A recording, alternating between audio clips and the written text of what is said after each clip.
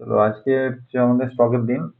স্টকের মধ্যে মোটামুটি আমরা আজকে যে আমাদের উইকলি স্টক আছে, যেটা ইনভেস্টমেন্ট পারপাসে আমরা স্টকটাকে সিলেক্ট করেছি, সেটা হচ্ছে তোমার সম্বর্ধনা মাদারসন। ওকে, তো স্টকটার ওভারভিউটা এরকম আছে। এই স্টকটার মার্কেট ক্যাপ কত আছে? মার্কেট ক্যাপ মোটামুটি 78.369 crore।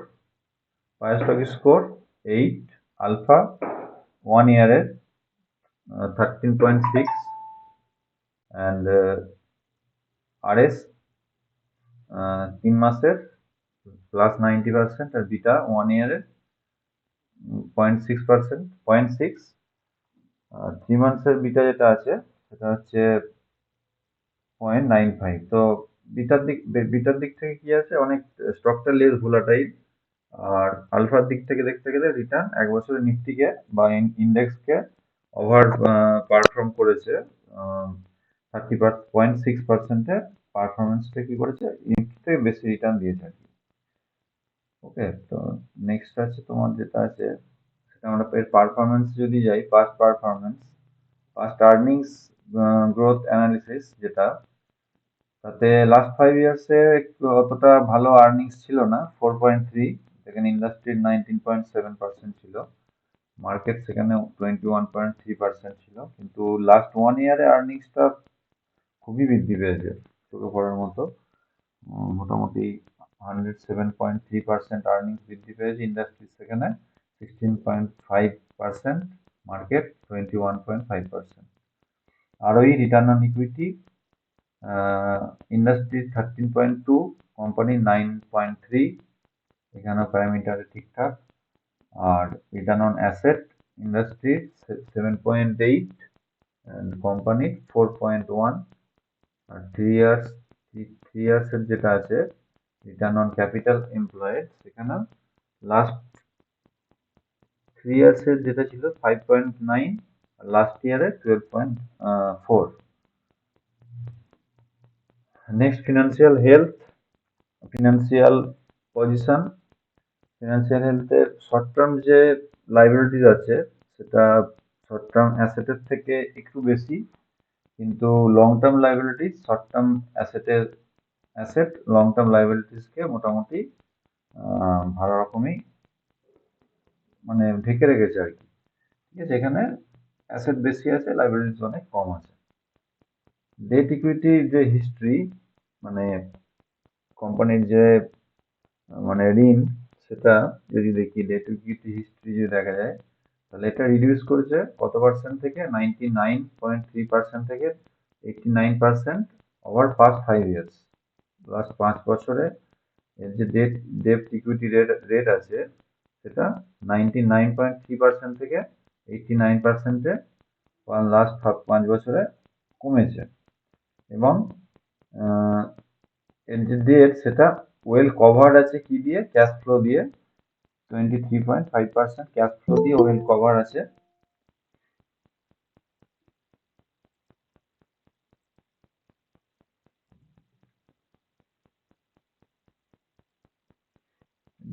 ডিভিডেন্ড মোটামুটি দেয় অল্প, 0.6% কোম্পানি ডিভিডেন্ড পে করে।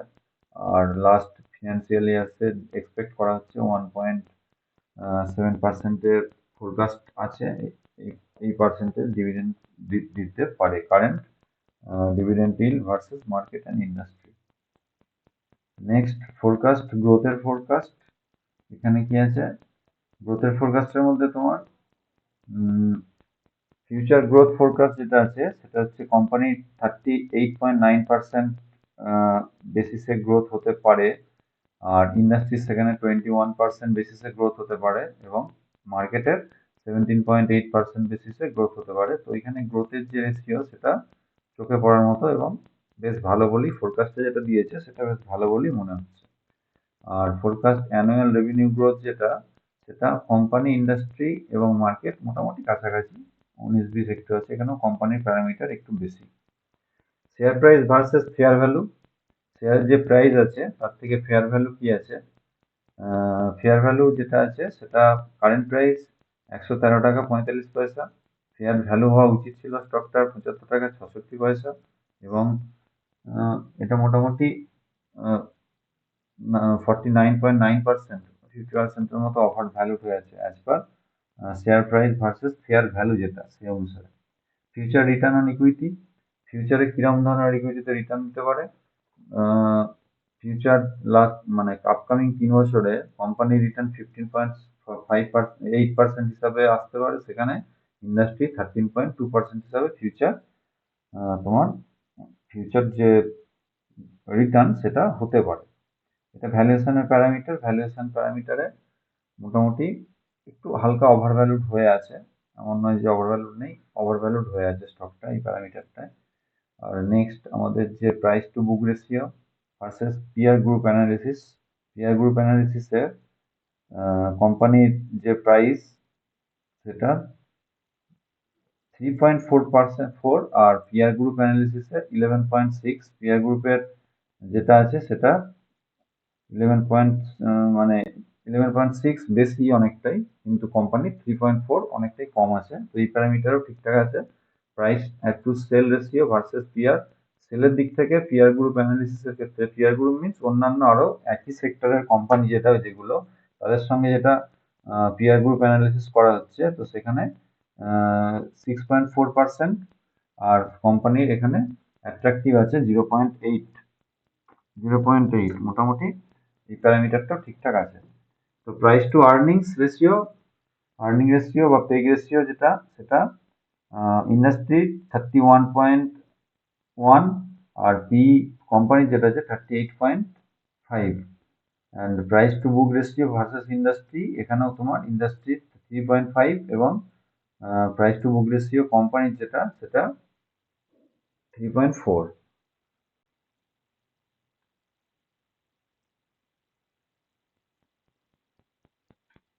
প্রাইস টু বুক রেশিওটা 3.4, প্রাইস টু সেল রেশিও ওকে।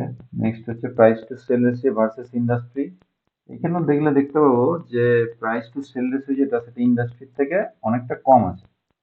ইন্ডাস্ট্রির যেটা আছে অ্যাভারেজ 1.5, আর কোম্পানির সেখানে 0.8। আর কারেন্ট পি যেটা আছে সেটা ফেয়ার পি যেটা হওয়া উচিত ছিল, ফেয়ার পি 59.6, আর কারেন্ট পি যেটা 38.5। তো এখানেও অনেকটা কুশন আছে প্রাইসটা আপ ট্রেন্ডে যাওয়ার দিক থেকে। আর এখানে শেয়ার হোল্ডিং প্যাটার্ন যদি দেখি, ডায়াগ্রাম দিয়ে দেখতে পাবো, এটা হচ্ছে এটা প্রোমোটারদের হোল্ডিং নিয়ার অ্যাবাউট সেম আছে। ফরেনারদের হোল্ডিং একটু ডিক্রিজ করেছে অল্প, রেড কালারের এটা করা আছে, রেড কালার মিনস ডিক্রিজ করেছে। অ্যান্ড যেটা আমাদের মিউচুয়াল ফান্ডের হোল্ডিং একটুখানি বৃদ্ধি পেয়েছে। লেখাগুলো পড়া যাচ্ছে না, খুব ছোট। তো যদি আমরা বারগুলো দেখি, তো সেক্ষেত্রে দেখতে পাবো যে মিউচুয়াল ফান্ডের হোল্ডিংটা একটু বৃদ্ধি পেয়েছে, ফরেনার্সদের হোল্ডিংটা একটুখানি কমেছে, এখান থেকে এইটার একটু কমেছে, এবং প্রোমোটারদের যে হোল্ডিং আছে সেটা নিয়ে অ্যাবাউট সেমই আছে। নেক্সট আমরা স্টকের যদি ওভারভিউ নিই মোটামুটি স্টকটা, তো স্টকটা এরকম একটা প্যারামিটার আসছে, স্টকটা স্ট্রাকচার যেটা আছে সেটা রাউন্ডিং বটম স্ট্রাকচার আছে। ফার্স্ট টাইম এখানে রেজিস্ট্যান্স নিয়েছে, সেকেন্ড টাইম এখান থেকে আবার রিজেক্ট হয়েছে, বাট লোটা অনেকটা উপরে করেছে। ফার্স্ট টাইমের লো সেকেন্ড টাইমের লো এর থেকে হাই আছে, দেন এখন একদম ব্রেকআউট জোনের মুখে আছে।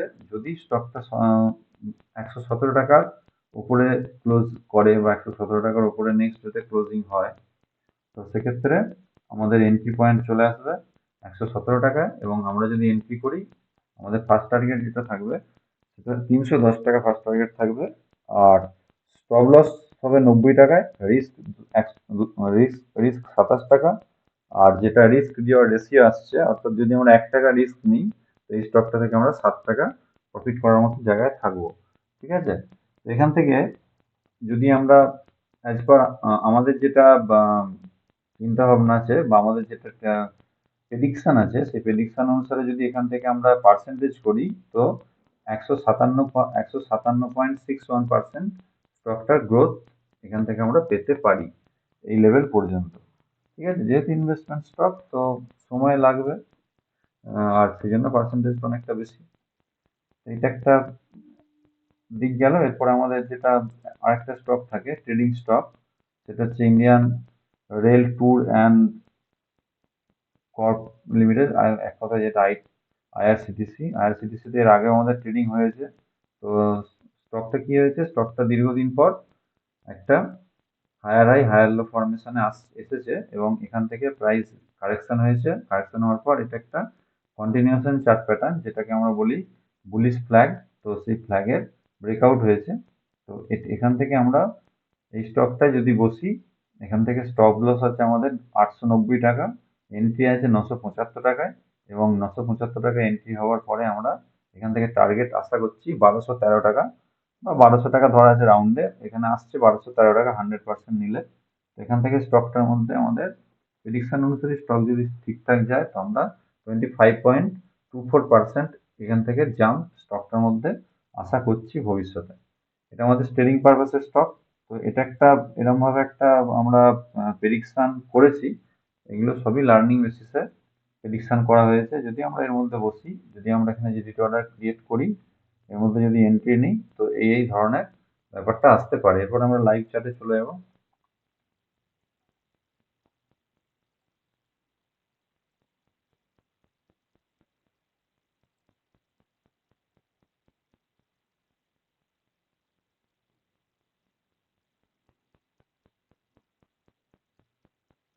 তো ফার্স্ট আমরা আইআরসিটিসিটা পরে আসছি, প্রথমে আমরা আসবো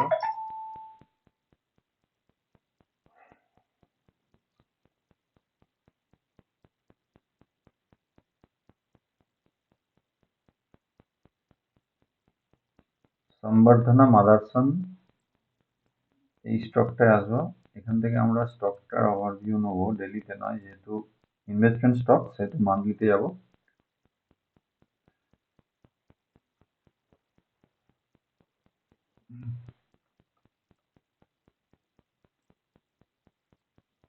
মান্থলিতে যদি দেখি স্টকটার মধ্যে কি হয়েছে, এরকম একটা প্যাটার্ন তৈরি হয়েছে। এটা এই পর্যন্ত যদি নেওয়া হয়, এটা একটা রাউন্ডিং প্যাটার্ন। রাউন্ডিং প্যাটার্নের এরকম একটা আসছে রাউন্ডিং প্যাটার্ন। রাউন্ডিং প্যাটার্নের ব্রেকআউটের মুখে আছে। তো এখান থেকে টার্গেট প্রজেক্ট করা হয়েছে, এখানে ব্রেকআউট ধরা হয়েছে মোটামুটি এই জোন থেকে টার্গেট প্রজেক্ট করে। টার্গেট আসছে 310 টাকা, যেটা ওইখানে আছে, সেটা এখান থেকে স্ক্রিনশট করে ওখানে পোস্ট করা হয়েছে। 310 টাকার মতো টার্গেট আসছে। ঠিক আছে, তো ভলিউমও ঠিকঠাক আছে, আর এসআইও ঠিক জায়গায় আছে। প্রাইসের মধ্যে কোনো ওভারব্রড কিছু আরএসআই ওভারব্রড জোনে নেই। এবং 51 এখানে আমাদের আগের দিনের যে আমরা ইয়ে করলাম, ইন্ডিকেটর দেখলাম, সেক্ষেত্রেও 55-এর ওপরে প্রাইস আছে। আর আমরা যদি এখানে ইন্ডিকেটর চেঞ্জ করি, 21 দেখে নিই, যেহেতু মান্থলি সেহেতু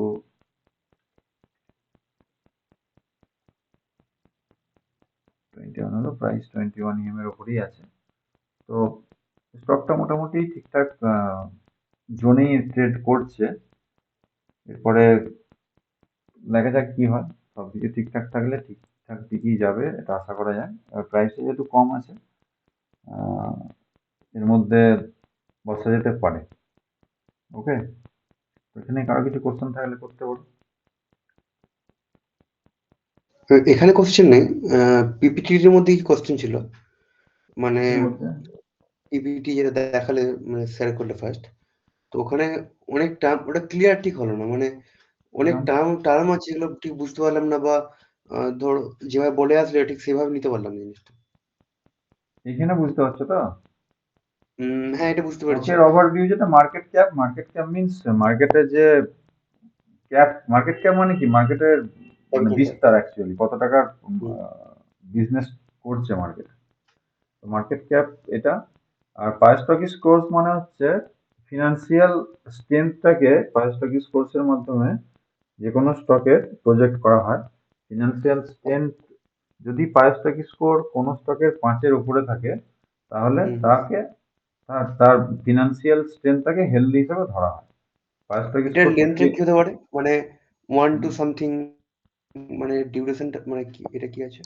মানে স্কোরটা যে 8 হয়েছে এখানে, এই স্কোরটা কতদূর পর্যন্ত যেতে যেতে পারে বা কত নিচে পর্যন্ত আসতে পারে?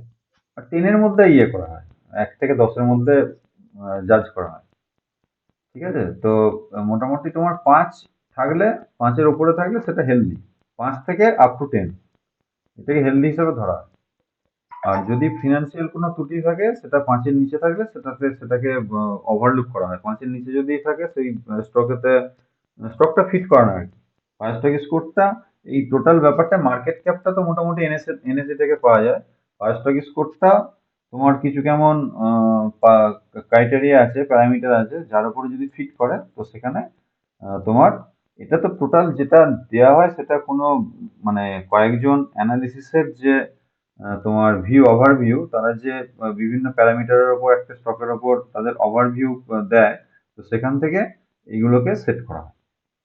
ওকে, এরকম বড় বড় হাউস যারা আছে, এক একটা স্টকের তো তাদের একটা তার মানে মতামত থাকে এক একটা স্টকের ওপর, দেখবে না বিভিন্ন জায়গায়, যেমন মতিলাল অসওয়াল কোন স্টকের একটা ইয়ে দেয় যে এই স্টকটা এরকম এক জায়গায় আছে, ভবিষ্যতে এই জায়গায় যেতে পারে। ঠিক আছে, এরকম অনেক অনেক তো বড় বড় হাউস আছে। তো সেই বড় বড় হাউস যারা আছে তাদের অ্যানালিসিসের উপরেই একটা স্কোর আর কি, যে এই স্টকের ফিউচার বিভিন্ন প্যারামিটার চেক করে এই জায়গায় আসতে পারে। ঠিক আছে, এইভাবে প্রাইস স্টক স্কোরটা নির্ভর করে যে কোনো জিনিস তোমার। আর আলফা তো, এটা তো তোমার আলফা, তোমার এটা 1 ইয়ার যেটা আছে আলফা, এটা তোমার মানে রেসপেক্ট, মানে এর সঙ্গে তোমার 1 ইয়ারে নিফটি কত রিটার্ন দিয়েছে ইন্ডেক্স, এবং তার রেসপেক্টে স্টক কত দিয়েছে। এটা খুব সোজা ব্যাপার, যে 1 বছরে নিফটি যদি 20% দেয়, তার সাপোর্টে একটা স্টক কত পার্সেন্ট বেশি দিয়েছে।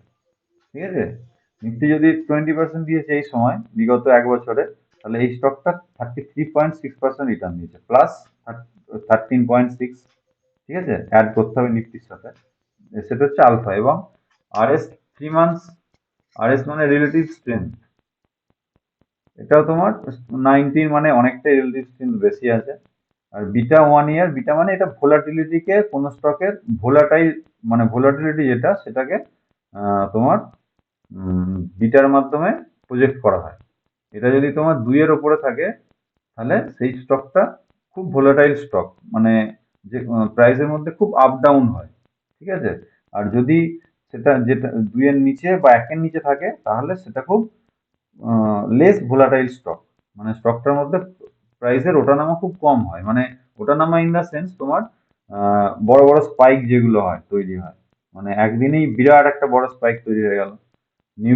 নিউক্লিয়াস সায়েন্স বলে একটা স্টক আছে, একদিনই 100-150 টাকার স্পাইক হয় আপ ডাউন। মানে তোমার সেক্ষেত্রে কি হবে, স্টপ লসটা অনেক বড় হয়ে যাবে। যদি বড় বড় স্পাইক হয়, তো স্টপ লসটা বড় হয়ে যাবে, যাতে করে স্টপ লসটা হিট হয়ে গেলে কি হবে, তুমি স্টক থেকে বেরিয়ে যাবে। তো এটা তোমার বিটাটা ইয়ে করে, বিটা মিনস ভোলাটিলিটা, স্টকের যে ভোলাটিলিটি, সেটাকে বিটার মাধ্যমে এস্টাবলিশ করা হয়। এখানে কোনো কনফিউশন?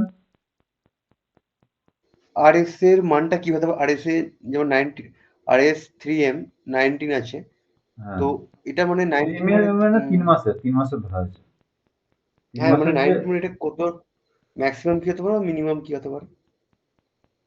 রিলেটিভ স্ট্রেংথ তোমার ভলিউমের উপর ডিপেন্ড করে। ভলিউম যেমন হবে, লাস্ট 3 মাসের ভলিউম বেশি আছে সেই জন্য বেশি আছে, এটা বাড়তেই পারে, মানে তোমার না মানে ম্যাক্সিমাম। আমি আরএস কোন একটা স্টকের আরএস সামথিং RS 3 মান্থ ধরো আছে আছে 25 বা আছে ধরো হ্যাঁ, 5, হতে পারে, অনলি 5।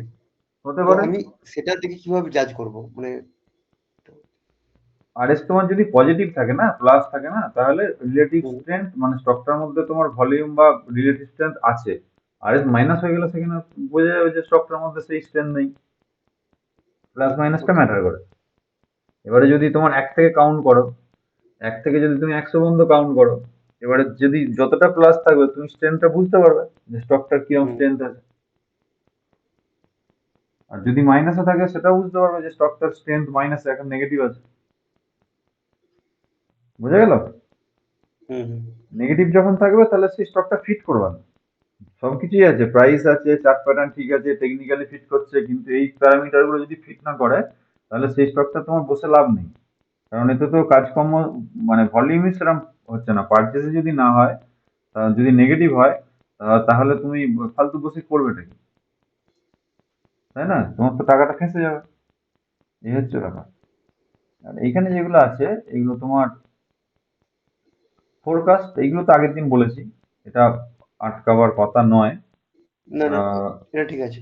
এটা তুমি বুঝতে পারবে, আগের দিন এটাকে নিয়ে ডিসকাস করা হয়েছে। আর ওই রিটার্ন অন ইকুইটি, মানে কোম্পানির রিটার্ন কত আছে লাস্ট, তোমার ওয়ান ওয়ান ইয়ারই ধরো, তার রেসপেক্টে করা আছে। তার কোম্পানির সঙ্গে ইন্ডাস্ট্রির এখানে তুলনা করা আছে। ইন্ডাস্ট্রি 13.2% দিচ্ছে, যেখানে তার রেসপেক্টে কোম্পানি 9.3% দিচ্ছে। আর ওই আর রিটার্ন অন অ্যাসেট এখানে দেওয়া আছে কোম্পানির সঙ্গে ইন্ডাস্ট্রির রিটার্ন অন অ্যাসেট। এখানে যদি তোমার কোম্পানির থেকে বেশি দেয় বা কোম্পানির থেকে কাছাকাছি দেয় তো সেটা ভালো জিনিস। কোম্পানি যদি ইন্ডাস্ট্রির থেকে বেশি দেয় সেটা ভালো, পজিটিভ, বা কাছাকাছি দেয় সেটাও পজিটিভ ইন্টেন্ট ধরা হবে। যদি নেগেটিভ দেয় সেক্ষেত্রে কিন্তু স্টকটা পজিটিভ নেই। বোঝা গেল? আর এই রিটার্ন অন ক্যাপিটাল এমপ্লয়েড এটাও একই ব্যাপার। লাস্ট থ্রি মান্থসের যেটা ছিল সেটা হচ্ছে তোমার 5.9%। আর লাস্ট ওয়ান ইয়ারে সেটা 12%, তার মানে ইনক্রিজ করেছে। লাস্ট তিন বছরের যেটা ছিল তোমার অ্যাভারেজ সেটা 5.9, আর লাস্ট ইয়ারে সেটা 12.4। তার মানে কি লাস্ট এক বছর ধরে যেটা আমাদের এখানে শো করছে, যেটা আমাদের এখানে অলরেডি শো করছে লাস্ট 5 বছরে এখানেও নেগেটিভ আছে। সেজন্য তোমার লাস্ট ওয়ান ইয়ারে প্যারামিটার গুলো কোম্পানির চেঞ্জ হয়েছে, যে কোনো কারণেই হোক। সেটা তোমার সেল রেশিওর জন্যই হোক বা কোনো ভালো খবরের জন্যই হোক বা যাই হোক, এখানে কিছু কোম্পানির যে আর্নিংস, তাতে যদি গ্রোথ আসে তাহলে কোম্পানির স্টকের মধ্যে তো গ্রোথ আসবেই, তাই না? লাস্ট ইয়ারের আর্নিংস কত বেড়েছে দেখো, 107.3%, যেখানে লাস্ট 5 ইয়ার্সে 4.3% ছিল অনলি। এটা মানে ভীষণ জাম্প করেছে, এবং ইন্ডাস্ট্রি প্লাস মার্কেটের থেকেও অনেকটা জাম্প করেছে। সেজন্য এখানে লাস্ট তোমার ক্যাপিটাল যেটা আছে, ক্যাপিটাল এমপ্লয়েড, সেটা তোমার লাস্ট 3 ইয়ার্সের থেকে এখানেও লাস্ট ইয়ারও এখানেও জাম্প দেখা যাচ্ছে, 12.4% বেসিসে এখানেও জাম্প দেখা যাচ্ছে। হলো? এরপরে তোমার এই পেজটা কিছু অসুবিধা আছে? না, এটা কিছু নেই। কিছু প্রশ্ন আছে? নেই? ওকে। না না, স্যার। না, এখানে হ্যাঁ, এটা একটু বলে দাও। এটা একটু বলে দাও। ফিনান্সিয়াল হেলথ নিজেই বুঝতে পারবে। ফিনান্সিয়াল পজিশন অ্যানালিসিস দেখো, শর্ট টার্ম আর লং টার্ম দুটো ভাগ করা আছে। শর্ট টার্মের মধ্যে কি আছে, অ্যাসেট আর লাইবিলিটিস। লং টার্মের মধ্যে আছে অ্যাসেট আর লাইবিলিটিস। এটা হচ্ছে তোমার অ্যাসেট। শর্ট টার্মে দেখো অ্যাসেট তোমার 372.46 বি মিনস বিলিয়ন। আর এখানে তোমার লাইবিলিটিস কি আছে, লাইবিলিটিস দেখো শর্ট টার্মের থেকে লং টার্মে লাইবিলিটিস, শর্ট টার্মের লাইবিলিটিস একটুখানি বেশি আছে, অ্যাসেটের থেকে লাইবিলিটিস বেশি আছে। এখানে 391.69 বি, আর এখানে 372.46 বি। একটু একটু তুলনামূলক বেশি আছে। লাইবিলিটিসটা এখানে বেশি আছে, লাইবিলিটিস মানে দায় দায়িত্ব যেগুলো, সেগুলো এখানে বেশি আছে অ্যাসেটের তুলনায়, শর্ট টার্মে। কিন্তু লং টার্মে দেখো অ্যাসেট অনেক বেশি, লাইবিলিটিস তুলনামূলক অনেক কম। তার মানে কি, লাইবিলিটিস যেটা আছে, দায় দায়িত্ব যেটা আছে, সেটা অ্যাসেট দ্বারা ওয়েল কভার্ড আছে। এটা বোঝা যাচ্ছে যেটা এখানে অ্যাসেট দ্বারা ওয়েল কভার্ড আছে। অর্থাৎ অ্যাসেট মিনস কি, যেগুলো আছে সেগুলো বেঁচে বুঝে দিলেও এই লাইবিলিটিসটাকে কোনো ব্যাপারই না, এটাকে কোম্পানি হ্যান্ডেল করতে পারবে। এটা হচ্ছে ফিনান্সিয়াল একটা স্ট্রেংথ। এটা এই পার্টটা বোঝা গেল? বাট তিনশো বলো বলো। বাহাত্তর বিলিয়ন কি করে হতে পারে? এটা অ্যাসেট তোমার ধরো কোম্পানির ক্যাপিটালই তোমার ওয়ান রুপিজে বিলিয়ন করা আছে, সামথিং। রুপিজে করা আছে। এবার এটা বি মিনস বিলিয়ন বলছে না বি মিনস অন্য কিছু সেন্স, আমি এটা আমার ঠিক জানা নেই, এটা দেখতে হবে আমাকে। এটা ঠিক বলতে পারবো না। তোমার কোম্পানির যে মার্কেট ক্যাপ, তার থেকে তো তোমার এটা বেশি মনে হচ্ছে। এই সংখ্যাটা আমার ঠিক নেই, মানে কিসের বেসিসে করা আছে সেটা দেখতে হবে, দেখে বলতে হবে। বি মিনস বিলিয়ন না অন্য কিছু ব্যাপার, সেটা দেখে বলতে হবে। মানে সংখ্যা দেখে যেটা অ্যাসেট আর লাইবিলিটিস বোঝা যাচ্ছে, সেটাতে তোমার শর্ট টার্মে লাইবিলিটিস নেগেটিভ আছে, মানে বেশি আছে। আর লং টার্মে তোমার লাইবিলিটিস অনেকটা বেশি আছে, অ্যাসেট অনেকটা বেশি আছে, সেটা বোঝা যাচ্ছে। কিন্তু বি মিনস বিলিয়ন নাকি এটা আমার জানা নেই, এটা জেনে আমাকে দেখতে হবে, দেখে তোমাদেরকে আমি অ্যাসাইন করতে পারবো। যেহেতু একই ধরনের প্যারামিটারে দেওয়া আছে, কি বেসিসে এটা করা আছে সেটা জানতে হবে। ঠিক আছে? এমনি ওকে। তুলনাটা বোঝা গেল তো? হুম। এটা একটুখানি আমাকে জানতে হবে, জেনে বলতে হবে। নেক্সট টাইম দেখবো, দেখে বলে দেবো। ঠিক। ঠিক আছে? আর এটা হচ্ছে হুম। তোমার ডেট ইকুইটি হিস্ট্রি অ্যানালিসিস, মানে কতটা ঋণ আছে তার সঙ্গে ইকুইটির কি পজিশন, দুটোর মধ্যে অ্যানালিসিস করা আছে। এইখানে রেকর্ডগুলো দেওয়া আছে, দেখো। Debt equity ratio reduced from 99.3% to 89 over the past 5 years। মানে এখানে যে ডেপ ছিল, ধার ছিল, ঋণ ছিল, সেটা আস্তে আস্তে লাস্ট 5 ইয়ার্সে 99.3% থেকে 89% রিডিউস হয়েছে, অর্থাৎ কমেছে, কিছু অংশে কমেছে। আছে, বাট কিছু অংশে কমেছে। ডেট কভারেজ, এটা কি আছে, well covered by opening cash flow. ঠিক আছে? ডেট যেটা আছে সেটা, মানে ঋণ যেটা আছে সেটা opening cash flow, operating cash flow যেটা আছে সেটা দিয়ে কভার করা আছে, 23.5%-এর মতো কভার করা আছে। আর এখানে interested coverage, interest payment on is, মানে ঋণের জন্য যে ইন্টারেস্ট দেওয়া হয়, আর ওয়েল কভার্ড বাই তোমার এবিট। এবিট মিনস তোমার যেটা অপারেটিং ক্যাশ ফ্লো বা যেটা অ্যাসেট, তার সঙ্গে এটাকে এটা দিয়ে মোটামুটি ইন্টারেস্টটা ঠিকঠাক সময় পে পে করছে, বা ইন্টারেস্টটা ঠিকঠাক সময় কভার করা আছে, ঠিকঠাক কভার করা আছে। এটা তার গ্রাফ। রেডটা হচ্ছে তোমার ঋণের গ্রাফ, আর ওপরের যে ব্লুটা দেখতে পাচ্ছ সেটা হচ্ছে তোমার অপারেটিং ক্যাশ ফ্লোর গ্রাফ। এটাও অনেকটা উপরে আছে। ইকুইটি গ্রাফ, সরি, ইকুইটি, এটা হচ্ছে ডেপ্টের গ্রাফ, আর এটা উপরের যে নীল কালারের গ্রাফটা সেটা ইকুইটির গ্রাফ। এটা দুটোই ওয়েল কভার্ড করা আছে। Next, dividend. ডিভিডেন্ড কেমন দেয় যে কোনো কোম্পানি, তার প্রফিট থেকে কিছু, কেমন শেয়ার অনেক সময় ডিভিডেন্ড দেয়, অনেক সময় টাকা ডিভিডেন্ড দেয়। তো এই ফিনান্সিয়াল ইয়ারে যে ফোরকাস্ট আছে লাস্ট আপকামিং 3 ইয়ার্সে, সেটা ডিভিডেন্ডটা কেমন হতে পারে, 1.7% হিসেবে কোম্পানি দিতে পারে ডিভিডেন্ড। নেক্সট, এটা কি ফোরকাস্ট আছে তোমার, গ্রোথের forecast, growth, future growth forecast. এটা তো বোঝা যাচ্ছে ফিউচারে কিরকম গ্রোথ হতে পারে। এটা এক্সপেক্ট করা হচ্ছে যে 38.9% হিসেবে কোম্পানি গ্রো করতে পারে, ইন্ডাস্ট্রি 21%, আর তোমার মার্কেট 17.8%। ঠিক আছে? আর এখানে প্রায় সেম আছে ফোরকাস্ট, অ্যানুয়াল রেভিনিউ গ্রোথ যেটা, এটা নিয়ার অ্যাবাউট সেম আছে। এটা গ্রোথের রেসপেক্টে। আর এইখানটা একটু সমস্যা আছে, share price versus fair value. Share প্রাইসটা যেটা আছে সেটা তোমার 113 টাকা 45 পয়সা, আর ফেয়ার ভ্যালু যেটা হওয়া উচিত ছিল স্টকটার বর্তমানে, তো সেটা আছে 75 টাকা 66 পয়সা। আর ওভার ভ্যালুড হয়ে আছে মোটামুটি 49%। ওভারঅল একটা পার্সেন্টেজে দেওয়া আছে, এটা থেকে এটা মাইনাস করলে এই পার্সেন্টেজটা আসবে। 49.9%, 50%-এর মতো ওভার ভ্যালুড হয়ে আছে, কাছাকাছি 15%-এর মতো ওভার ভ্যালুড হয়ে আছে for this estimate discounted cash flow model. ঠিক আছে? আর ফিউচার রিটার্ন অন ইকুইটি ফিউচারে কিরকম আসতে পারে, রিটার্ন অন ইকুইটি মোটামুটি তোমার কোম্পানির ক্ষেত্রে লাস্ট ফিউচার 3 বছরের ইকুইটি রিটার্ন মোটামুটি 15.8%-এর মতো এক্সপেক্ট করা হচ্ছে। এগুলো সবই এক্সপেকটেশনের উপর করা আছে। আর ইন্ডাস্ট্রি 13.2%। ওকে? আর এইগুলো তোমার প্রাইস অন বুক রেশিও, মানে পিয়ার গ্রুপ অ্যানালিসিস। এই সেক্টরের যে যে স্টকগুলো আছে, ভারত ফোর্জ, সোনা বিএমডব্লিউ, এগুলো সবই তোমার ওই অটো সেক্টরের স্টক। এটা তো এখানে পিয়ার গ্রুপ অ্যানালিসিসের ক্ষেত্রে দেখাচ্ছে যে পিয়ার গ্রুপের যে average book book on price ratio, price to book ratio, সেটা পিয়ার গ্রুপের যে অ্যাভারেজ সেটা হচ্ছে তোমার 11.6। আর সেখানে এই কোম্পানির যে এই কোম্পানির যেটা আছে সেটা 3.4, অর্থাৎ এর কিন্তু আপে যাওয়ার কুশন আছে এখনো।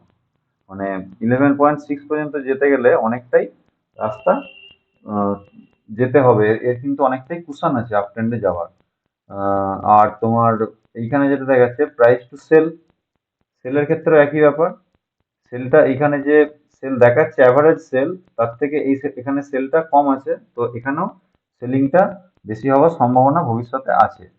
প্রাইস টু আর্নিংস, আর্নিংসটা তোমার যেটা কোম্পানি আছে সেটা 38.5, আর যেটা ইন্ডাস্ট্রি আছে সেটা 31.1। তো এখানে প্রাইস টু পিটা একটু, পেগ রেশিওটা একটুখানি আহ, বেশি বলেই মনে হচ্ছে। খুব বেশি নয়, হালকা একটু বেশি আছে, ইন্ডাস্ট্রির থেকে একটু বেশি আছে। সেভেন সেভেনের মতো, সাতের মতো বেশি আছে। Price to book ratio versus industry, এটা একটা পোর্শন। মোটামুটি ম্যাক্সিমাম যদি ঠিকঠাক মিলে যায় তো সেক্ষেত্রে বসা যেতে পারে। মোটামুটি ফিট যদি করে, তার সঙ্গে টেকনিক্যালি যদি চার্টে যদি ফিট হয় তাহলেও বসা যেতে পারে। আর যেটা ফেয়ার পি, কারেন্ট পি, এটা তোমার অনেক অনেক অ্যানালিসিসের দ্বারা মোটামুটি ম্যাক্সিমাম 20-25 জন অ্যানালিসিসের দ্বারা সেট করা হয়। সেখানে কারেন্ট পি যেটা দেখাচ্ছে 38.5, আর ফেয়ার পি যেটা হওয়া উচিত ছিল 59.6। তো এইখানেও পি অনুসারে, অর্থাৎ প্রাইস টু আর্নিংস রেশিও অনুসারে এখানেও কিন্তু অনেকটা কুশন আছে, যেটা দরকার ছিল তার থেকে প্রাইসটা অনেকটা নিচে আছে। এই হচ্ছে ব্যাপার। আর এটা হোল্ডিং প্রোমোটারদের হোল্ডিং, এফআইআই আর ডিআই, মানে মিউচুয়াল ফান্ডের হোল্ডিংস ইনক্রিজ করেছে অল্প, এখানে লেখাটা ঝাপসা হয়ে গেছে। আর তোমার অ্যাজ পার গ্রাফ যদি দেখো তো দেখতে পাবে যে অল্প একদম মার্জিনাল ইমপ্রুভমেন্ট আছে। আর এখানে FIR there near about same, একটুখানি সেলিং আছে। আর প্রোমোটাররা একই ধরনের স্টেক এখানে হোল্ড করছে। এই হচ্ছে ব্যাপার। আর কিছু এখানে বোঝাবার মোটামুটি? না।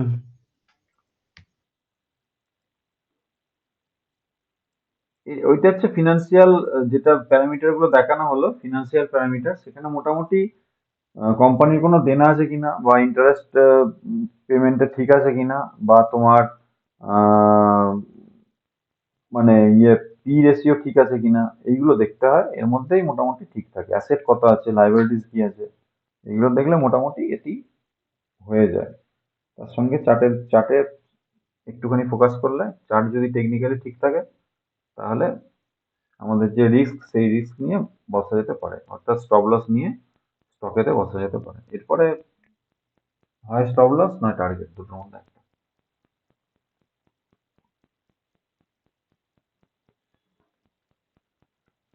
তো এইটায় কিছু প্রশ্ন, আর চার্টে কিছু প্রশ্ন, চার্টে এখানে স্ট্রং চারটে রেজিস্ট। চারটে কি তোমার একটু ওয়েট করতে হবে না? না, চার্ট তো খুলে দিচ্ছি, বলো। না, চার্ট ওয়েট বলতে তোমার ওই হ্যাঁ, এই জোনটা একটা হার্ডেল আছে, এই হ্যাঁ, জোনটা হ্যাঁ, একটা হার্ডেল আছে। এর উপরে ক্লোজিং হলে, ডেলি বেসিসেও যদি হয়, ডেলি বেসিসে যদি হয়, এর উপরেও যদি ক্লোজিং হয় 117 বা 119 এরকম একটা জায়গায়, একটা স্লো আছে, তো সেই ক্ষেত্রে এখানেও একটা, এখানে এন্ট্রিটা হতে পারে আর একশো ওখান উনিশ থেকে টাকা আবার একটা দেখো, তো ওই জায়গা থেকে একটা তোমার রেজিস্ট্যান্স অ্যাকাউন্ট একটা ওখানে হয়েছে একটা। হ্যাঁ, কিন্তু এগুলো তো হুম, তোমার স্টক তো আপ ট্রেন্ডে চলে এসছে, হায়ার হাই হায়ার লো করছে, মার্কআপ ফেজে আছে। As per Dow theory markup ফেজে আছে। তো মার্কআপ ফেজে থাকার জন্য এখানে ফার্স্ট টাইম রেজিস্ট্যান্স নিচে ঠিকই, কিন্তু এখানে কন্টিনিউশন চার্ট প্যাটার্ন তৈরি হবে। যদি ধরে নাও এটা একটা কাপের মতো হতে পারে, কাপ অ্যান্ড হ্যান্ডেল প্যাটার্ন হতে পারে। যদি আমি অনুমান করি, এরম ভাব রাউন্ডিং প্যাটার্ন একটা এখান থেকে এরম হয়ে প্রাইসটা এসে এখানে আসবে, এখান থেকে হালকা রিজেকশন হলেও হতে পারে, না হওয়ার কিছু নেই। 123 থেকে রিজেক্ট হয়ে আবার আপ ট্রেন্ডে যাবে, কাপ অ্যান্ড হ্যান্ডেল প্যাটার্ন তৈরি করতে পারে। তো 123 কেউ যদি বলে যে আমি এই হার্ডেলটার উপরে এন্ট্রি করব, অর্থাৎ এই ক্যান্ডেলের হাই হচ্ছে 123, করতে পারো, অসুবিধা কিছু নেই। কারণ লং টার্মের স্টকে 2 টাকা 4 টাকা ম্যাটার করে না। তবু যদি কেউ ভাবো যে 123-এর ওপরে আমি রেজিস্ট্যান্স আছে, তো 123-এর ওপরে আমি এন্ট্রি নেবো, নিতে পারো, অসুবিধা কিছু নেই। সেফ এন্ট্রি হয়ে যাবে 123 টাকা, 123 টাকা 40 পয়সা, মোটামুটি 24 টাকা ধরে নাও। 123-এর ওপর যদি মাল্টিপ্লাইং ফ্যাক্টর লাগাও 1.00, যেটা আমাদের মাল্টিপ্লাইং ফ্যাক্টরের নিয়ম আছে, যদি এর উপর মাল্টিপ্লাইং ফ্যাক্টর অ্যাপ্লাই করো, দেখবে ওই 24 টাকার মতো আসবে, সেখানেও এন্ট্রি করতে পারো, অসুবিধা কিছু নেই। ঠিক আছে, এটা একটা দিক গেল। আর কিছু? না। এখান থেকে একটা ট্রেন লাইন যদি টানো, এখানে ট্রেন লাইনেরও সাপোর্ট আছে। প্রাইসটা এখানে অনেকদিন হোল্ড করছে, কনসোলিডেশন জোন বা রিঅ্যাকুমুলেশন জোন বলতে পারো। এখানেও রিঅ্যাকুমুলেশন জোন ছিল, এখানেও বেশ কিছুদিন রিঅ্যাকুমুলেট হয়েছে স্টকটা। যদি উইকলি চার্টে যাও, উইকলি চার্টে কি দেখা যাচ্ছে দেখি।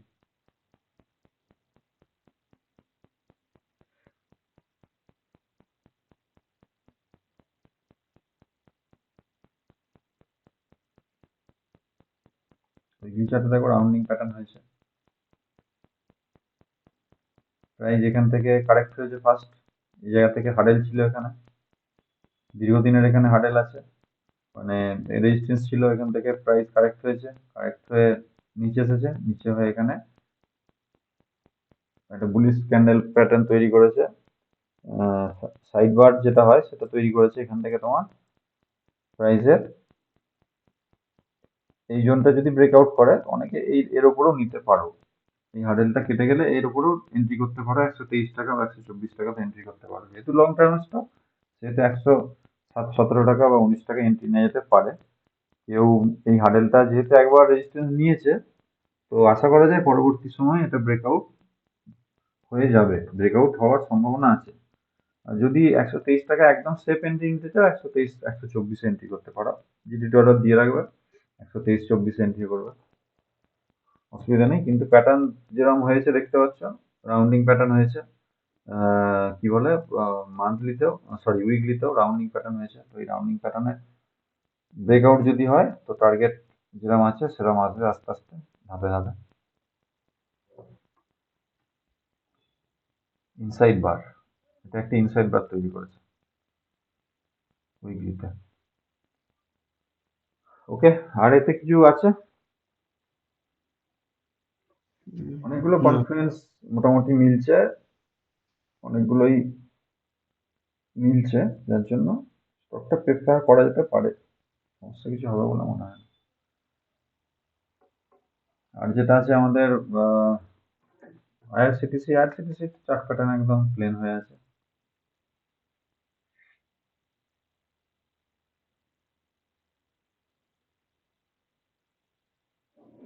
বাবা, নেটের অবস্থা তো খুব খারাপ। আইআরসিটিসিও বেশ খানিকটা আগের স্টকটার মতনই চার্ট প্যাটার্ন হয়ে আছে। ফায়ার ইম্পালসিভ বুলিশ ছিল, এখান থেকে কারেকশন হয়েছে, কারেকশন হওয়ার পর এও রাউন্ডিং প্যাটার্ন একটা তৈরি করছে, রাউন্ডিং প্যাটার্ন তৈরি করে এখানে রেজিস্ট্যান্স ছিল ওই জায়গায়,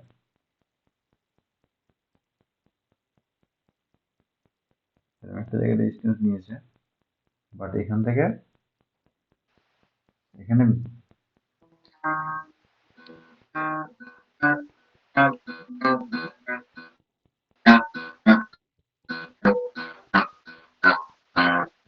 আমি তো ভালো একটা ওই গানটাতে একটা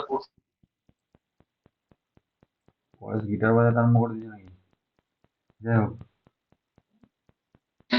না না স্যার বলছেন একটা কোশ্চেন করছিলাম আমি তখন শুনতে শোনা যাচ্ছিল না, শুনতে পাচ্ছিলেন আহ, না? না না না, যে কেটে বলো, আবার ঢুকলাম। বেশ করেছো, বলো। ও বলছিলাম যে এই আজকে যেটা ক্লাসটা করলেন PD গুলো দিয়ে বানানো যায় না? তাহলে প্রিন্ট আউট করে রেখে দিই। শোনা যাচ্ছে না, কেটে কেটে যাচ্ছে। ও, কথাটা পুরো কেটে গেল, বুঝতেই পারলাম না। আজকে হ্যাঁ ক্লাস, বলছিলাম যে যে পিকচার গুলো দেখালেন, পিকচার গুলো না, হ্যাঁ, ওই পিকচার গুলো নিয়ে একটা ভাবছিলাম পিডিএফ বানানো, তাহলে পিডিএফ আর কি। তুমি তো ইয়েতে পেয়ে যাবে, মানে ওই ভিডিওতে পেয়ে যাবে তো, এই ভিডিওটা তো দিয়ে দেবো তোমাকে। আচ্ছা আচ্ছা, তাও হবে ভিডিও। তোমাদের তোমাদের মেলেতে মেলেতে পাঠিয়ে দিত, প্রত্যেক হ্যাঁ বেশ সপ্তাহেই বেশ পাঠিয়ে ঠিক দিই, আছে। মেল সার্চ করবে, মেলে পেয়ে যাবে। একটা কি কোশ্চেন দেখুন তো ইয়ে শুভম কি কোশ্চেন করেছে একটা। কোথায়?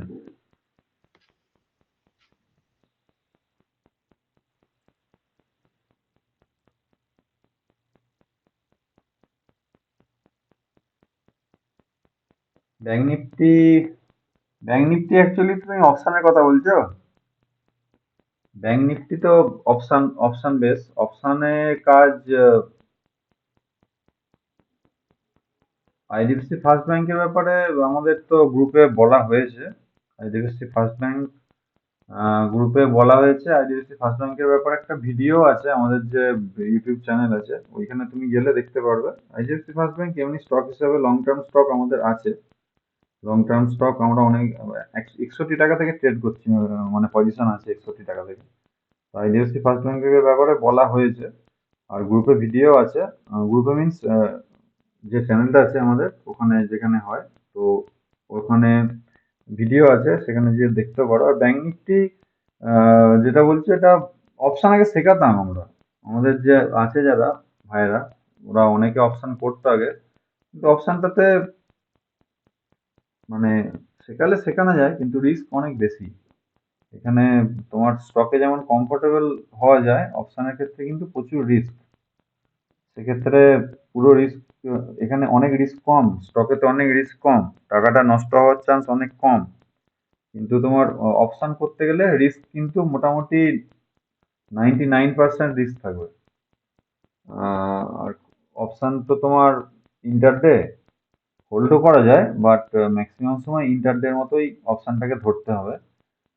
ডেলি বেসিসে প্রফিট করা, ডেলি বেসিসে পজিশন ক্লোজ করা, এগুলো ইন্টারডের মতোই কাজ হয় অপশনে। তো সেক্ষেত্রে অপশনটা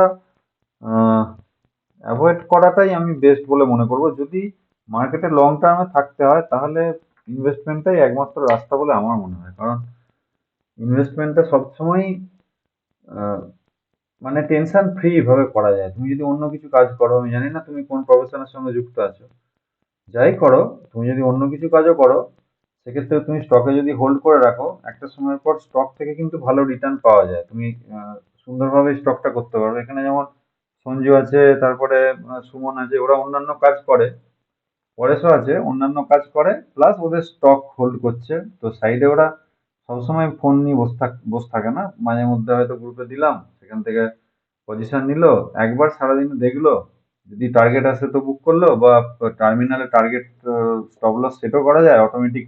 ব্রোকার তোমার হয়ে, তুমি যদি পারমিশন দিয়ে দাও, অথেন্টিকেশন দিয়ে দাও সকালে, ব্রোকার তোমার হয়ে কেনাবেচা করে দেবে। ঠিক আছে, এটা একটা দিক। সেক্ষেত্রে সেক্ষেত্রে কি হয়, সেক্ষেত্রে স্টককে দেখার কোনো প্রয়োজন হয় না। কিন্তু অপশনটা খুব টেনশন ভাই। অপশন করবে বলছো, ব্যাংক নিফটি মানে অপশন। আর ব্যাংক নিফটি, ফিন নিফটি, এমনি আমাদের নিফটি ইন্ডেক্স, এগুলো সব অপশনে কাজ হয়। তো অপশনটা আমি করাচ্ছি না এখন, আর অপশন আমি করাবো না। অপশনে প্রচন্ড টেনশন, অপশন করলে শারীরিকভাবে অসুস্থ হয়ে পড়বে, তার দায়ভার আমি নিতে পারবো না। অপশনটা থেকে বিরত থাকার জন্য আমি অনুরোধ করবো। আর IDFC first bank, IDFC first bank কিন্তু একদমই ভালো স্টক, খারাপ স্টক নয়। আইডিএফসি ফার্স্ট ব্যাংক হোল্ড করতে পারো, ভালো জায়গাতেই আছে, এখনো নিয়ে যেতে পারে। ট্রাইডেন্ট বললে না? হুম, ট্রেন্ড। ট্রাইডেন্ট না ট্রেন্ড, দুটো স্টক আছে। ট্রিডেন্ট, TRIDENT, TRIDENT। DENT। ট্রাইডেন্ট।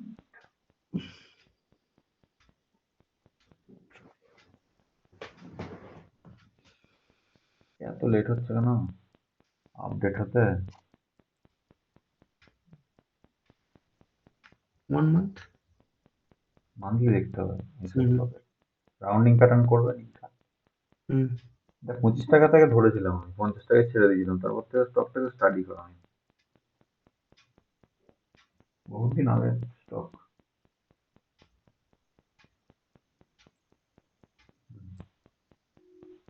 এই তো দেখো না, যেমন শিখছো দেখো, নিজেই বুঝতে পারো। তো বলেছিল বোধ হয় 80 টাকা টার্গেট আছে, ভালো জায়গায় আছে, এন্ট্রি করা যাবে, খারাপ না। রাউন্ডিং প্যাটার্ন করছে তো, রাউন্ডিং প্যাটার্ন করছে তো, আচ্ছা। এন্ট্রি করতে পারো।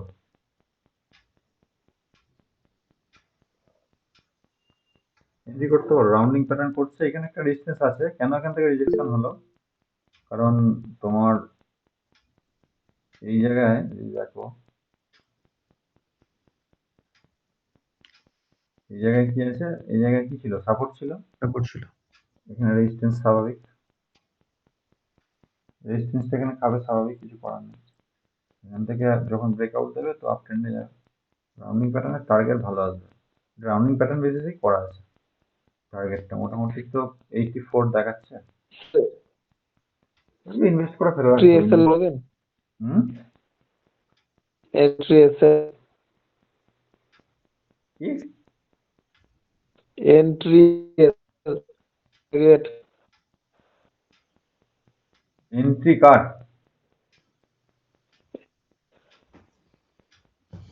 এই নেটওয়ার্কের প্রচন্ড প্রবলেম আছে মনে হচ্ছে। কারো কথাই বুঝতে পারছি না, না আমার এন্ড থেকে হচ্ছে বুঝতে পারছি না। চ্যাটে লেখো, সুমন বলছিস নাকি? চ্যাটে লেখ।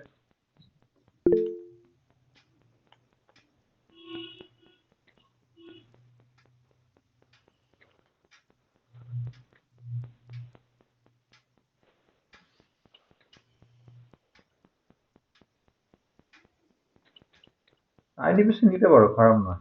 আইডিপিসিতে বসতে পারো। তবে তুমি কেনাবেচা করেছো কি না এর আগে আমি জানি না তো। এন্ট্রিটা বলুন, কার এন্ট্রি বলবো? ট্রাইডেন্টের? ট্রাইডেন্টের এন্ট্রি হ্যাঁ। বলছিস? হুম। ট্রাইডেন্টের এন্ট্রি তো এখনই এন্ট্রি করা যাবে। ওয়ানডে চার্টে চ দেখি।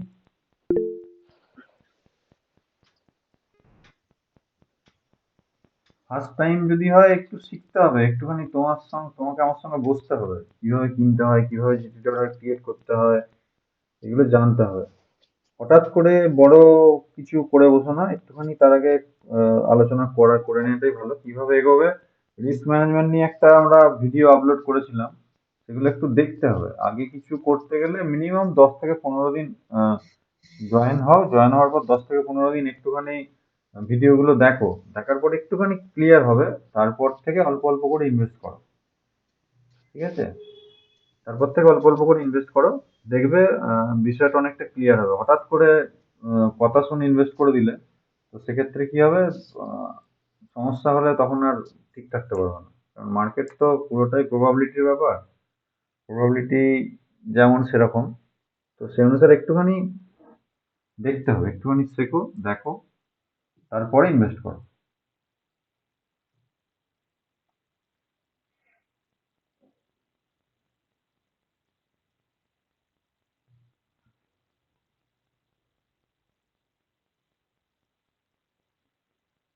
চলো, এই স্টক গুলো হচ্ছে মানে ফান্ডামেন্টাল এদের খুব বিরাট কিছু নয়, ঠিক আছে, কিন্তু স্টক গুলো আহ, চলছে আর কি, এরকমই ব্যাপার, রাখতে হবে। তো এরা স্ট্রাগল করছে। অ্যাকচুয়ালি এর যে বিজনেস আছে, দুটো সেক্টরে বিজনেস আছে বলে দিই। একটা হচ্ছে পাওয়ার সেক্টর। পাওয়ার সেক্টরে অল্প কিছু জায়গায় পাওয়ারের মানে সোলার পাওয়ারের একটা ব্যাপার নিয়ে কাজ করছে। আর আরেকটা সেক্টর আছে যেটা হচ্ছে তোমার ট্রাইডেন্টের বিভিন্ন ধরনের সুতির মালপত্র পাওয়া যায়, বিভিন্ন ধরনের পাওয়া যায়, যদি অনলাইনে সার্চ করো দেখতে পাবে। মানে গার্মেন্টস টাইপের কাজকর্মের উপর করে, ট্রাইডেন্ট আছে। তারপরে তোমার আরেকটা কোম্পানি যেটা আছে, উম, এটা মানে বিদেশেও জিনিসপত্র রপ্তানি করে, বিছানার চাদর, তারপরে বিভিন্ন ধরনের তোমার পাপোশ, সোফার বেড, সোফার কভার, বেড কভার, এরকম ধরনের অনেক কিছু জিনিস করে। তো এরা, এদের যে সেক্টর সেটা তোমার ওই সুতির কাজকর্মের উপরে যে সেক্টর আছে ওটাকে কি বলে, উম, আর এখানে সরকার কিছু দিয়েছে, মানে ও সরকারের যে আছে তোমার স্কিম আছে, সেই স্কিমেও কিছু এখানে ছাড় ছুট দেওয়া আছে এদিকে উজ্জীবিত করার জন্য বা এদের কাজকর্ম বাড়ানোর জন্য। তো ফিউচার ওটা খারাপ হবে বলে মনে হয় না, চার্ট প্যাটার্ন দেখেও মনে হচ্ছে যে ঠিকঠাকই আছে। এখানে প্রাইসটা কেন কারেকশন করলো কেউ বলতে পারবে? প্রাইসটা এখানে উপরে যে কেন কারেকশন করলো? গ্যাপটা পূরণ করার জন্য। অবশ্যই এখানে তো গ্যাপ আছে, আই থিঙ্ক, আমি মনে হচ্ছে আমার যে একটা ছোট গ্যাপ এখানে ছেড়েছে। হাই হচ্ছে 41 টাকা 60 পয়সা, লো হচ্ছে 42 টাকা, 40 পয়সার গ্যাপ ছিল এখানে, গ্যাপটা ফিল করেছে এখানে, এই ক্যান্ডেলে গ্যাপ ফিল করেছে, তারপরে আবার আপ ট্রেন্ডে যাচ্ছে। তো এখানে ইনভেস্টিং পারপাসে স্টক গুলোকে রেখে দিতে হবে, ইনভেস্ট করে রেখে দিতে হবে। চার্ট প্যাটার্ন ঠিক আছে, এন্ট্রি পয়েন্ট এখানেও নেওয়া যেতে পারে, এখানেও নিয়ে যেতে পারে, এন্ট্রি করে রেখে দিতে হবে। তবে এইসব স্টকে বিরাট কিছু টাকা ফাঁসানোর কোনো প্রয়োজনীয়তা আছে বলে মনে হয় না। কেন? কারণ ফিনান্সিয়ালি খুব স্ট্রং স্টক যদি না হয় না, স্টক মার্কেটে টাকা ফেঁসে যাওয়ার সম্ভাবনা থাকে। এর একটা উদাহরণ হচ্ছে বিগ বাজার, যেটা ছিল। বিগ বাজারের স্টক হচ্ছে, ওর নাম ছিল, আগের দিন বলতে ভুলে গেলাম কালকে, ওই স্টকটার নাম ছিল কি ফ্যাশন, আবার ভুলে গেলাম।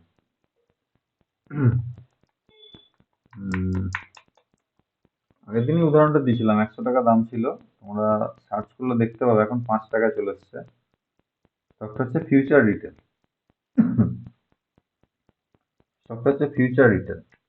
এদের মাঝখানে কাকে বিক্রি করে দেবে, কি করে দেবে, বোঝা খুব মুশকিল। কিন্তু রিলায়েন্স কাউকে, আম্বানি কাউকে বিক্রি করবে কি, তোমার কি মনে হয়?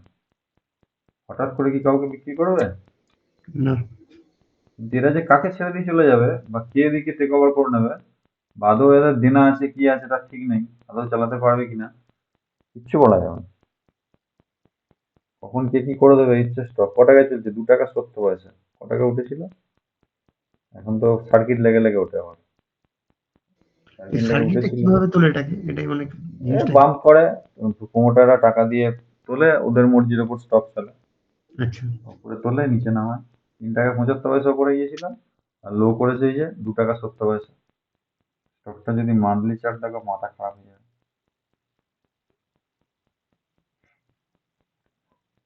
দেখো, কোথায় ছিল, কোথা থেকে ভেঙে পড়েছে। 600 টাকা থেকে। 571 টাকা থেকে ক টাকা হয়েছে? 2 টাকা 70 পয়সা। আর উঠে যাবে বলে মনে হচ্ছে? যেতেও পারে, ভবিষ্যতে কি হবে বলা যাবে না।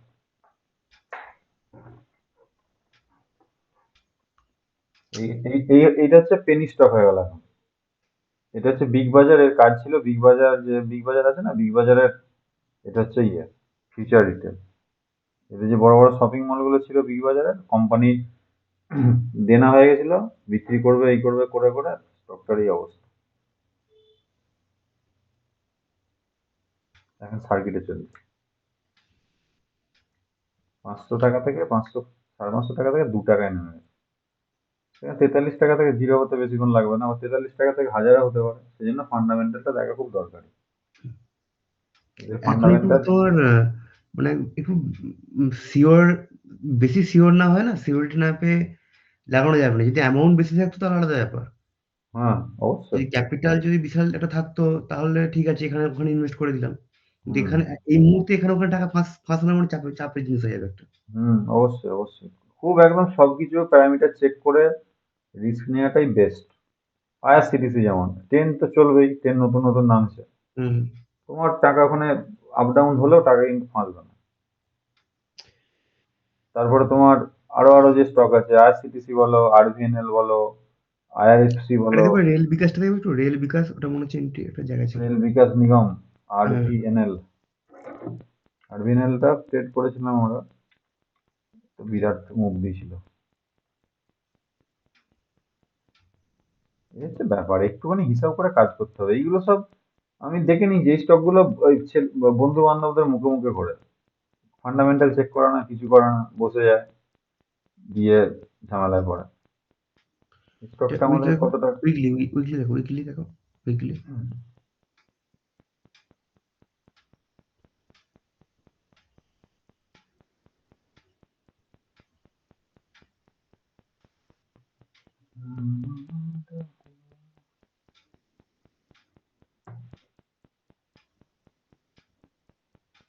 উইকলি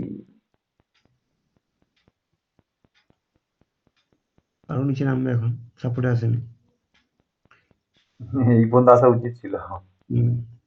হিসাব বলছিল এই পর্যন্ত আসবে, কিন্তু নাও আসতে পারে। ওখানে তোমার একটা হ্যামার হয়ে গেছে এবার। 78 থেকে নিয়ে নিয়েছে, সাপোর্ট নিয়ে নিয়েছে, এটা নিয়ে আগে আলোচনা করেছিলাম। এখান থেকে সাপোর্ট নিয়ে নিয়েছে, সাপোর্ট নিয়ে আপ ট্রেন্ডে চলে গেছে, মানে ট্রেন্ড ট্রেন্ড রিভার্সাল হয়ে গেছে। এর এন্ট্রি ছিল, এইখানে এন্ট্রি ছিল তোমার মোটামুটি এই জায়গায় এন্ট্রি ছিল, 240 টাকা এন্ট্রি ছিল। এখন চলছে 264 টাকা, অনেকটা উপরে গেছে। স্টপ লস বেশি হয়ে যাবে। স্টপ লস হবে তোমার এইখানে, স্টপ লস হবে এইটা হচ্ছে 200 টাকা, 200 টাকার নিচে স্টপ লস হবে 195 টাকা স্টপ লস হবে। নিয়ে যেতে পারে, কিন্তু 195 টাকা স্টপ লস হয়ে যাবে। স্টপ লসটা অনেকটা বড় হয়ে গেল। এটাকে ট্র্যাক করতে হতো। 240 টাকা যখন এসেছিল, আমাদের টানা ছিল, ওই কেউ বলেছিল, আমি করে রেখেছি। তো তখন এটা এন্ট্রিটা হতো, এই জন্য অ্যালার্ট ফিট করে রাখতে হয়। অ্যালার্ট আছে, এই অ্যালার্টটা দিয়ে রাখতে হয়। 240 টাকা এলেই তখন বলতো যে 240 টাকা চলে এসছে, এবারে চিন্তা ভাবনা করো। এই তো তুমি ফিবোনাচি রিট্রেসমেন্ট যেটা আমরা করেছিলাম, মানে আমরা যেটা নিয়ে আলোচনা করলাম আগের দিন, সেটা অনুসারে তুমি দেখো, বুঝতে পেরে যাবে। এটাকে তুমি 21 প্রাইসের মধ্যে প্যারাবোলিক রাইজ ছিল, 21 এর মান আসছিল কোথায়, 214 টাকা।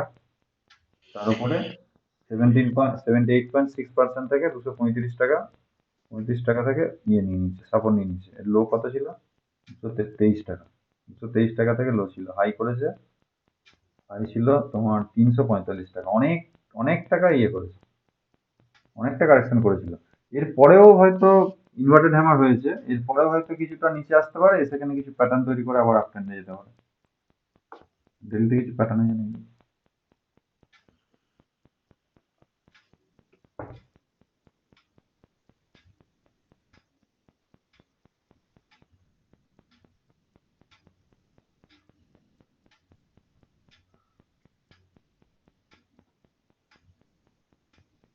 ডেলিতে এখানে একটা গ্যাপ ছিল, গ্যাপটা থেকে রিজেকশন হচ্ছে।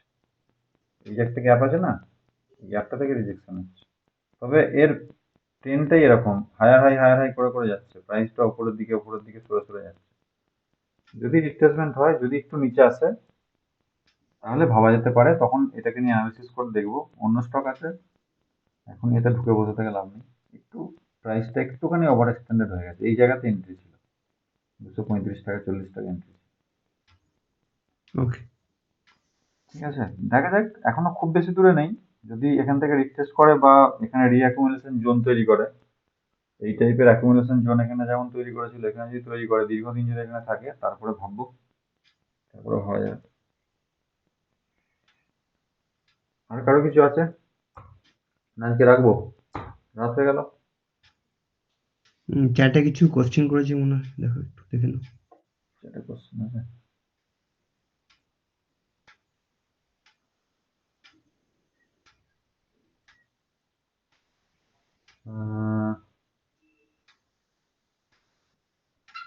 শুভম কি কথাবার্তা শোনা যাচ্ছে না নাকি? মানে অন হচ্ছে, তুমি চাইলে অন হতে পারো, অসুবিধা নেই। স্টার্টিং থেকে ভিডিও দেখাটা ভালো হবে, অবশ্যই ভালো হবে। ইউটিউবে অ্যাকচুয়ালি আমাদের ভিডিও আপলোড সেরকম নেই, এটা আমরা সেই মেল আইডিতে পাঠাই। যারা জয়েন করে তাদেরকে মেল আইডিতে পার্সোনালি শেয়ার করা হয়। ইউটিউবে দেখতে পাবে, তোমার মেল আইডিতে তোমাকে শেয়ার করে দেওয়া হবে পার্সোনালি একদম। আর ওখান থেকে তুমি পার্ট করে প্রত্যেক দিনের ভিডিও দেখতে পাবে। নেক্সট সানডে ফ্রি আছি ফ্রি মোটামুটি, এখন থেকে বলা যাবে না, মোটামুটি ধরে নাও ফ্রি আছি। তাহলে কি একসাথে বসতাম সানডেতে। এই সানডে সিউড়ি যাই পরের উইক।